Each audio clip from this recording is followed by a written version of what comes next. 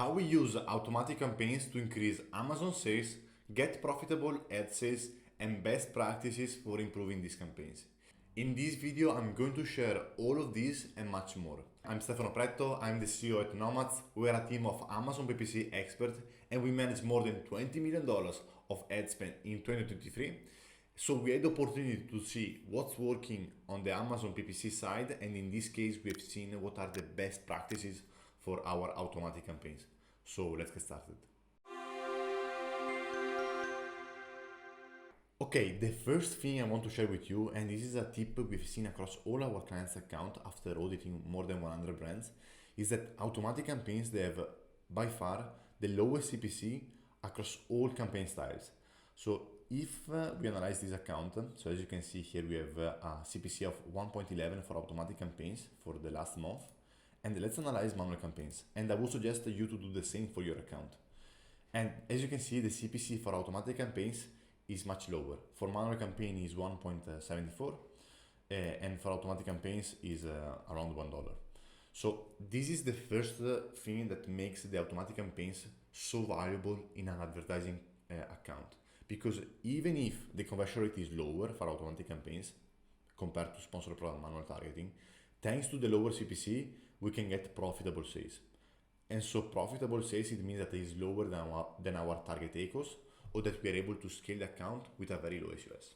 So this is something we've seen across the board, and this is something I would suggest you to analyze for your account and to see the difference between these two campaign types. The second thing I want to share with you is what are the campaigns that generate the most results for our account. And let's analyze that together. So if I analyze automatic campaigns, let's sort by sales. The first campaign that is generating the most sales in this account is a catch-all campaign. A catch-all campaign is a campaign where inside we have one campaign.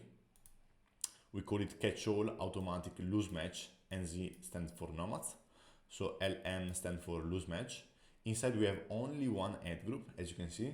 So only one ad group. And inside the targets, if you click here, we have only one target enabled, only lose match enabled. So this is another tip. Don't run automatic campaigns with all targeting enabled. Enable only one target. In this case, only lose match. Or if you have another campaign, enable only close match. Because that way you will be able to segment your campaigns based on the targeting type. In this case, a lose match tends to have a lower conversion rate compared to close match, but also a lower CPC. Instead, the substitutes has the lowest CPC, but also the lowest conversion rate. So if you are able to segment these campaigns between targeting, you will be able also to understand what are the performance for each of them and optimize this. So this is another tip, highly suggest to do. And inside this campaign, what do we do? Inside the ads, we put all our best performing ASIN in terms of total sales. So all our best sellers, we put all of them inside this campaign. So this is something that we highly suggest to do if you want to increase the sales with automatic campaigns and get profitable sales, because this is super profitable for this account since they are the manufacturer of the product. They have higher margins compared to competitors. So we are able to spend more to acquire a customer. This is the campaign that by far got the most sales and a very good SUS for this account. So I highly suggest to do this campaign. Let me share with you now how to create an automatic campaigns and how to do it in the best way. So if you go under campaign builder, so you need to click create a campaign, sponsor a product, and now you will be in this page. And the first thing you need to select is the ad group name. So for example, here you can have a catch-all campaign, so as we just saw, where we put all our product inside one ad group. Or on the other side, you can have one campaign for each parent ASIN. So for each parent ASIN, we mean all the child ASINs of that parent ASIN, we put that inside this ad group. So here we could put the parent ASIN 1. And here we will put a child ASIN 1, child ASIN 2, and so on. And then we will add the product in the ad group. After we select automatic campaigns, and here Amazon will put as default the default bid here. What we suggest to do is to select only one targeting group enabled. So you will have one campaign with only close match enabled, another campaign with only loose match enabled, another campaign with substitutes enabled, and we don't use complements because we didn't see great results with this targeting type. So if you click here, you can see what does it mean, close match, loose match, and substitutes. So you can see the meaning of this. Overall, like a few tips from our side, close matches tends to have the best conversion rate, but also a quite high CPC. Loose match tends to have a lower CPC compared to close match, but also a lower conversion rate. And substitutes is the one with the lowest CPC, but also the lowest conversion rate. So these are ranked by conversion rate and CPC. So highest CPC, highest conversion rate, lower conversion rate and lower CPC compared to loose match, close match, and substitute usually is the lowest in terms of conversion rate and CPC. And depends on the account which one will perform the best. For that reason, we suggest to have 3 different campaigns where we target each targeting group, so you can see which one is performing the best. And in terms of bid, we suggest to start low and inching up the bid. Or you can use the average CPC for your account. So for example, for your parenthesis, you can see, okay, this is my average CPC, for example, 50 cents. And you can start with this and slowly increasing the bid every day. Okay, one important thing when we run automatic campaigns is to keep adding, especially from the beginning, a negative keyword in exact and phrase match. For example, if I'm selling some red pen, I don't want to appear for a blue pen.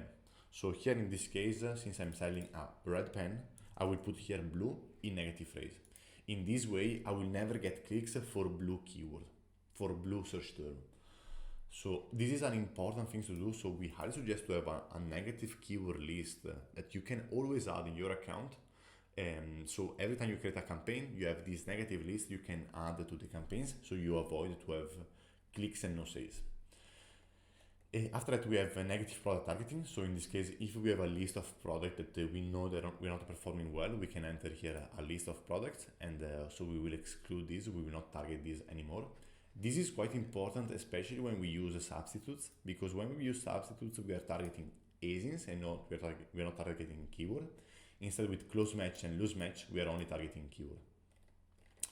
And after we have campaign bidding strategies. This is another thing we notice across all our clients' account, and is the campaign bidding strategies. So dynamic bidding up and down is performing quite well for automatic campaigns, and we think that this is working better than down only, because we give the opportunity to Amazon to do whatever they want in terms of bid and placement. So since they can decide for which search term or ASIN they can appear, and they can also manage the bid better, we will have better performance as well.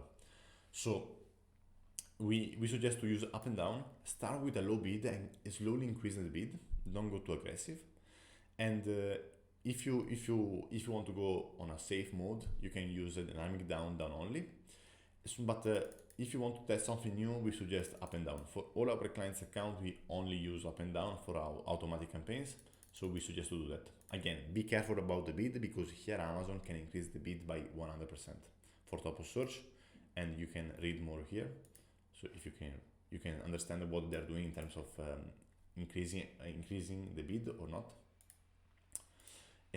And after we have adjusted bid by placement, we don't use this from the beginning, but if we see something is performing better, we will do that later on with our placement optimization. And finally, we have the campaign name. So here we suggest to have a name, in this case on automatic campaigns, and we set it is only close match enabled, so will be only close match. And then we have the parenthesis, and then we have NZ, which stands for nomads. Then we add this to the portfolio, and we start with a low budget. So we start usually with a $20 budget, $10 budget, depends on the client's account. And yes, so this is how we create automatic campaigns. These are all the best practices. The goal of automatic campaigns is not to have a super high SEO campaign, We don't want high SEO, especially in automatic campaigns, because automatic campaigns are not helping us in terms of ranking. They're helping us to get profitable sales. So it's very important that our SEO for automatic campaigns it's quite low, at least lower than our target SEO. And one thing that we highly suggest to do on a weekly basis is to go in our sponsored ads report, create report, sponsored product search term last 30 days. So you run this report. I already did it before. And now you can download the file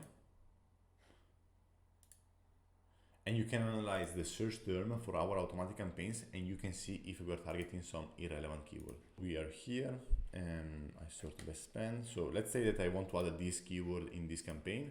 What I'm going to do, I'm going to come back to the campaigns, this one, I go on inside the ad group, I'm going inside the negative targeting, and here, as you can see, we already added a few negative keyword in exact and phrase, but here you can add the new keyword in exact and phrase, add keyword, and then save. So keyword 1, add keyword.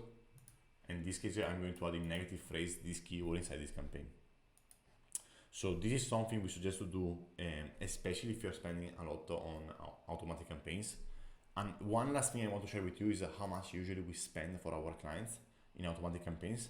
And this depends a lot on the client's account and the client's niches or products. But what we see that for this account, for example, we're spending around 10% of ad spend is going to automatic campaigns.